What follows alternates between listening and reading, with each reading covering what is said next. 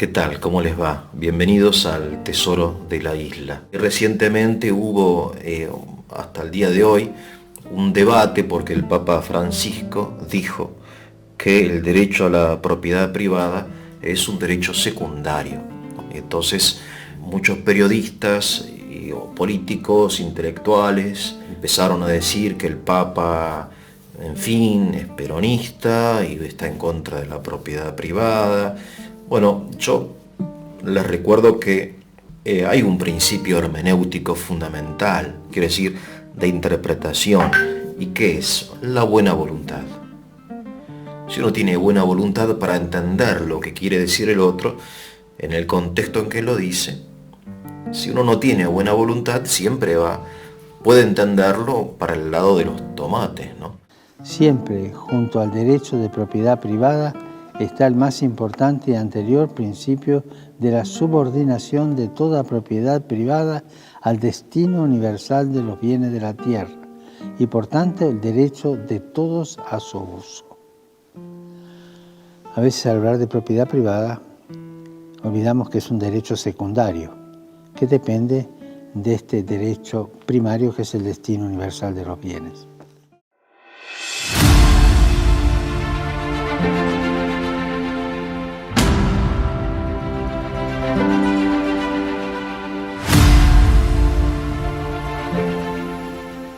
Si quieren, después pueden chusmear los videos que tenemos. Hay muchos temas grabados, muy diversos y con participación de gente realmente muy interesante, ¿no? Que sabe lo que dice. Bien, y entonces recuerden que el Papa Francisco es, entre comillas, el párroco del mundo. Y su única preocupación no es la Argentina, sino que él está pensando cuando habla, sobre todo en su catequesis en Roma o en el Ángelus, en todo el mundo. Por eso no hay que traducir literalmente lo que dice el Papa Francisco aplicándonos a la expropiación de un campo en la provincia de Santa Fe. No tiene nada que ver, no tiene nada que ver. Bien, dejando de lado esto de la buena voluntad que los argentinos por alguna razón no siempre tenemos, ¿no?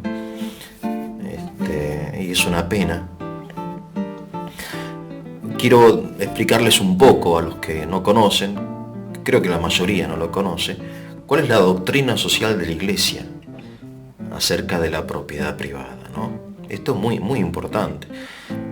Ahora bien, supónganse, ustedes viven en un pueblo y pasa un río a unos 500 metros y van con el balde al río, sacan agua, llegan al pueblo y esa agua la venden por unas monedas o la intercambian por algo, ¿no? Por harina o o por leche. ¿En qué momento ese agua que no pertenecía a nadie empezó a pertenecerte a vos? ¿En qué momento? Esta es la pregunta, ¿no? ¿En qué momento el agua, que es universal, que procede del cielo o de los glaciares, ¿no? O del fondo de la tierra, empieza ¿cuándo a pertenecerte? ¿Cuándo te la apropiaste? Y entonces aquí surge el tema del trabajo, ¿no? Es el trabajo, mediante el trabajo, las cosas de la naturaleza son apropiadas por el hombre, de modo que la propiedad es el fruto de una apropiación. La apropiación es un ejercicio que el hombre hace mediante fundamentalmente el trabajo. Y esa apropiación, dice la Iglesia, tiene que estar reglamentada. Porque cuando llegaron los ingleses a Malvinas, se apropiaron a la fuerza de nuestras islas, ¿no? Es una apropiación ilegal, inmoral, ilegítima. Cuando llegaron los europeos a África, se apropiaron de los negros, esclavizándolos, considerándolos efectivamente una propiedad. Y así entonces hay que tener en cuenta que para que la propiedad privada sea, desde el punto de vista cristiano, moralmente aceptable y legal, se debe considerar en qué circunstancias se puede o no apropiar y qué es apropiable o no. ¿no? Supónganse el ejemplo del agua que les di, ¿no? Hay una persona sedienta, un enfermo, que no tiene nada, y tiene un derecho anterior, es el derecho a la vida, y entonces viene y toma agua de mi balde. ¿Y qué? ¿Lo van a meter preso por tomar agua, el agua que yo traje? No, porque el agua, aunque fue apropiada por mi trabajo y ahora es mía, está en mi balde, sin embargo está destinada a todos. Y hay personas que no tienen nada para darme, pero hay un derecho anterior, que es el derecho a la vida, ¿no? Supongamos que hay un tsunami en Buenos Aires, ¿no? Y el agua del Río de la Plata sube y se inunda toda la capital federal, la Casa Rosada, el Congreso, la sede central de la FIP, ¿no? En fin, La Recoleta, Barrio Norte, todo se inunda. ¿A dónde vamos a vivir? ¿No? ¿A dónde van a vivir esas personas? Vamos a tener que compartir.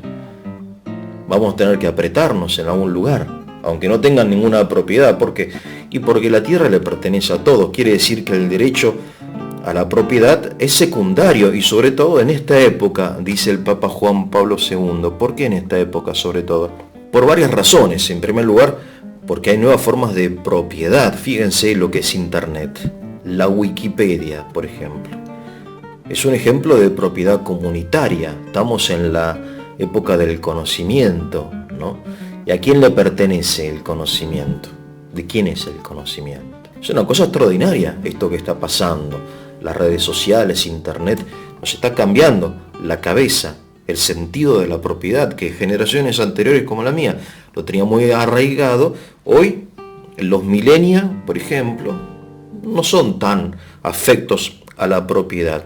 Sí están más interesados en el uso aquí y ahora, en el disfrute aquí y ahora de las cosas, sin importarse a quién le pertenecen, ¿no? La Iglesia insiste en la necesidad de la propiedad privada, lo insiste claramente, habla mucho sobre la propiedad privada, pero sobre la propiedad privada, dice la Iglesia, hay un principio. Un principio es más que un derecho. La propiedad privada es un derecho, no es un principio. El principio dice el destino universal de los bienes. Para decir que los bienes son como el agua, ¿no? El agua que procede del cielo, después se distribuye en los ríos, en los afluentes, qué sé yo, y vuelven al mar para volver mediante la evaporación al cielo, ¿no? De modo que los bienes tienen un origen común, que es Dios, o para aquellos que no creen en Dios es la naturaleza, unos medios diversificados, que son las formas de propiedad comunitaria, propiedad privada, la cooperativa, la propiedad pública, ¿no? Que la propiedad fiscal, etc. Hay muchas formas de propiedad, y después esa forma de reglamentación, y sin propiedad privada no somos eficientes ni somos libres. Por eso es importante defenderla, pero hay un destino común que es el bien de todos, ¿no? Así sucede con el conocimiento, y así sucede con un montón de cosas, ¿no? Bien. Fíjense, en el año, no me quiero equivocar, 86, la nube de Chernóbil. Chernóbil, una central atómica en Bielorrusia, explotó y se formó una nube radioactiva, ¿no? Y entonces uno se pregunta, claro, explotó en un lugar determinado, en el territorio de la ex Unión Soviética, pero la nube voló por toda Europa. Y entonces, ¿hasta qué punto una nación tiene derecho a hacer lo que hace, poniendo en riesgo a las otras naciones? Sucede lo mismo en un barrio, ¿no? En mi casa, yo soy dueño de mi casa, pero no puedo incendiarla, porque el fuego se va a transmitir a otras casas. Tampoco puedo hacer de mi casa un laboratorio donde, no sé, investigue bacterias, porque se van a esparcir. Hay un límite, debe ser reglamentada, eso es lo que dice la Iglesia. Y por otro lado, y con esto termino, y es un tema muy extenso que se puede tratar en otras editoriales, hay un gran problema de desigualdad. La Iglesia hizo una opción preferencial siempre, no ahora. Algunos creen que la opción preferencial por los pobres es un invento del Concilio Vaticano II. Eso es mentira, eso es ideología. La Iglesia siempre tuvo opción preferencial por los pobres. Pienso, por ejemplo, en Don Bosco, que se dedicó a la educación de los pobres, a Don Orione, que se dedicó a acoger a los pobres, etcétera, etcétera, ¿no? Pero hoy el tema de la pobreza y el tema de la desigualdad obviamente plantea cuestiones muy importantes de carácter moral, porque hay un pequeño porcentaje de personas que tiene la propiedad, el dominio de una gran parte de los activos de la humanidad. Y hay una gran parte de los activos de la humanidad, de la población de la humanidad, que tiene una mínima parte de la riqueza. Entonces el problema de la distribución de la riqueza es un problema real, ¿no? Y entonces yo creo que el Papa en sus reflexiones siempre está bien orientado, ¿no? Y nos enseña mucho. Ahora, repito, y con esto termino, depende de la buena o mala voluntad que tengamos nosotros, los argentinos, en particular los periodistas o los intelectuales, de interpretar las palabras del Papa en su debido contexto, ¿no? No sacando una palabra de carácter que tiene un destino universal, como son las catequesis del Papa, aplicándola a nuestra miserable, realmente pequeña y mezquina vida política. Bien, disculpen que la haya hecho tan larga, si les gustó pongan así, si no les gustó pongan así, si les resultó útil suscríbanse y compártanlo. Que tengan un buen día.